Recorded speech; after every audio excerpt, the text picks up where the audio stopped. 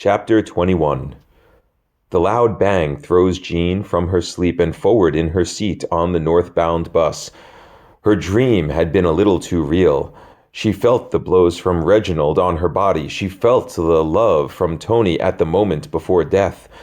She gets up from her seat and runs to the lavatory at the back of the bus. Barely closing the door, she vomits into the bowl. She stands up and shivers, trying to chase the images away. They stick in her memory. A new door in her mind has opened and now refuses to close. She drinks some water from the sink and splashes some on her face. The dream is haunting her in reality, and she cannot escape it. She looks at herself in the mirror. An image of Tori seems to be dancing behind her own. She looks away from the mirror and walks back to her seat. 5 minutes until Oneonta, the driver calls out. The passengers begin to stir, gathering their bags and coats. The woman next to Jean folds up her newspaper and lays it on the seat as she gets her bag from the overhead compartment. Jean looks at the date on the paper. December 31st, 1999. She notices for the first time that it is New Year's Eve. She looks ahead, wondering how she could have forgotten such a day. As she looks ahead, her vision darkens from the outside and a vivid image hangs in front of her eyes.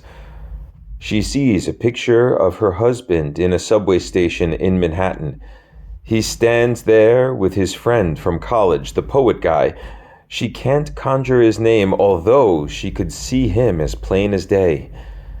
They are heading downtown, but there is a delay in the trains. They are walking out of the station to the southern tip of the island. They are in danger.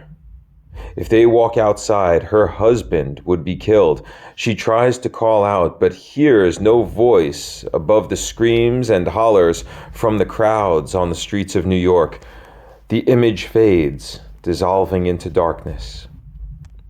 She feels a hand on her shoulder, and the world blinks back to normal. The driver stands over her. "This is the last stop, miss. Oneonta." Jean licks her lips and throws the image from her mind. She shivers and yawns and thanks the driver, wondering about her own sanity. She stretches as she steps off the bus. The evening air is chilly and she wraps her coat tightly around her body. There is a phone inside the terminal, and she walks into the building. She is greeted by that damned song from the damned Rich Coulter.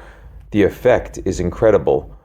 Her vision darkens again, and the show unfolds in front of her eyes.